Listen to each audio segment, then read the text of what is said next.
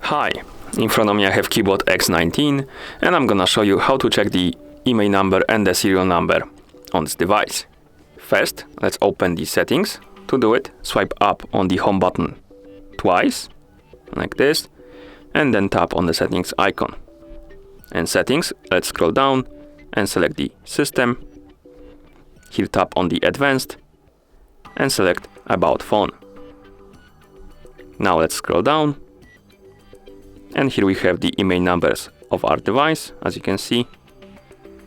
And to check the serial number, simply tap on Model and Hardware.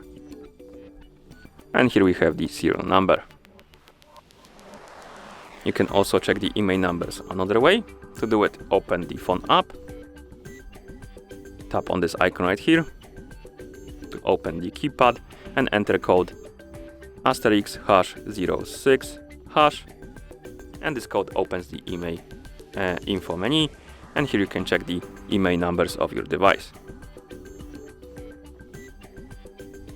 And that's how you check the IMEI number and the serial number on this device.